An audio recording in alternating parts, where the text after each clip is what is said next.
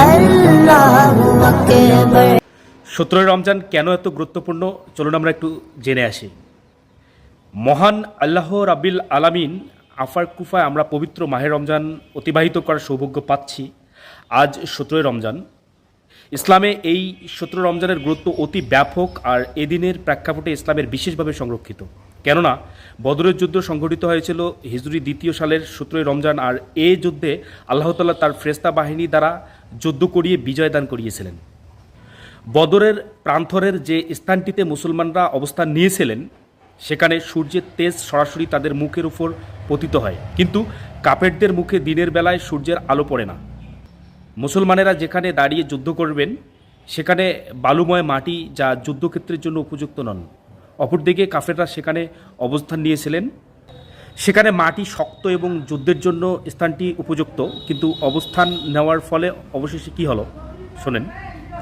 রমজান মাসের 16 তারিখ দিনটি শেষ, মাগরিবের পর তারিখ বদলে গেল, অতঃপর 17 রমজান শুরু হলো। সেই রাতে উৎকণ্ঠিত মুসলমানরা এবং উৎকণ্ঠিত কাফেররা নিজ নিজ ক্যাম্পে অবস্থান করছে।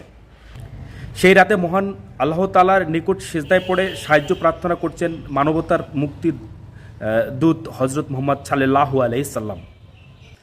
কেঁদে কেঁদে বলছিলেন, হে দয়াময় আল্লাহ, আগামীকালের নীতি নির্ধারণী যুদ্ধে তোমার সাহায্য আমাদের অতি প্রয়োজন। এই যুদ্ধে আমরা তোমার সাহায্য ছাড়া বিজয় লাভ করতে পারবো না, আর আমরা যদি পরাজিত হই, তোমাকে সিজদা করার কিংবা তোমার নাম ধরে ডাকার লোক এই পৃথিবীতে আর না থাকতে পারে। অতঃপর তুমি সিদ্ধান্ত গ্রহণ করো কি করবে, কারণ তুমি সিদ্ধান্ত গ্রহণ করার মালিক। আমরা আমাদের জীবন নিয়ে প্রাণপূর্ণ যুদ্ধ চালিয়ে যাব। আমরা আমাদের জীবন তোমার পথে উৎসর্গ করলাম। বিনিময়ে তোমার দিনকে আমরা তোমার জমিনে প্রতিষ্ঠিত করতে চাই। তুমি আমাদের বিজয় দান করো, আমরা তোমার কাছে সাহায্য চাই। মহানবী সাল্লাল্লাহু আলাইহি সাল্লামের এই দোয়া মহান আল্লাহ তাআলা কবুল করলেন। ওই রাতে মরুভূমিতে প্রবল বৃষ্টি হলো। বৃষ্টি মুসলমানদের উপরে এলো, কারণ বৃষ্টির কারণে কাফেরদের যুদ্ধের মাঠের শক্ত মাটি কাদায় ভরে পিচ্ছিল হয়ে গেল। অপরদিকে মুসলমানদের যুদ্ধের মাঠ শক্ত হয়ে গেল।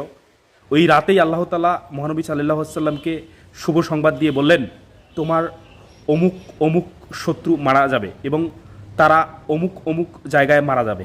ঠিক তাই ঘটল। যখন যুদ্ধের সময় ঘনিয়ে এলো, তখন মহানবী সাল্লাল্লাহু আলাইহি সাল্লাম যে স্থানে বসে বসে প্রার্থনা করতেন সেই স্থান থেকে বের হয়ে এলেন এবং বললেন, শত্রু সেনাদল পর্যুদত্ত হয়ে যাবে এবং পৃষ্ঠ প্রদর্শন করে যুদ্ধক্ষেত্রে ছেড়ে পলায়ন করবে। আল্লাহ পাক এমনটিই করেছেন। মহানবী সাল্লাল্লাহু আলাইহি সাল্লামের একনিষ্ঠ এবং প্রাণপ্রিয় সাহাবীরা এই যুদ্ধের আগে এই কসমই খেয়েছিলেন যে, আমরা আপনার ডানে যুদ্ধ করব, আপনার বামে যুদ্ধ করব, আপনার সামনে যুদ্ধ করব, আপনার পেছনে যুদ্ধ করব, এবং হে আল্লাহর রাসূল, যে দুশমন আপনার ক্ষতি সাধন করতে এসেছে তারা আপনাকে স্পর্শ করতে পারবে না যতক্ষণ না তারা আমাদের লাশের উপর দিয়ে যাবে। হে আল্লাহর রাসূল, যুদ্ধ তো একটা মামলি ব্যাপার। এখান থেকে কিছু দূরেই সমুদ্র। আপনি যদি হুকুম দেন যে তোমরা তোমাদের ঘোড়া নিয়ে সেই সমুদ্রে ঝাঁপ দাও, তাহলে আমরা তৎক্ষণাৎ ঘোড়াসহ সমুদ্রে ঝাঁপিয়ে পড়ব। আসলে এই যুদ্ধে আল্লাহ তাআলা মুসলমানদের সাহায্য করেছিলেন তার ফেরেশতা বাহিনী দ্বারা। বুখারী শরীফের হাদিস মোতাবেক যুদ্ধের শেষে সাহাবীদের মধ্যে থেকে কেউ কেউ সাক্ষী দিয়েছেন, আমরা সাদা পোশাকে পরিহিত কিছু ব্যক্তিকে আমাদের পাশে দাঁড়িয়ে যুদ্ধ করতে দেখি। তাদের আমরা যুদ্ধের আগে কখনো দেখিনি, এমনকি যুদ্ধের পরেও দেখিনি।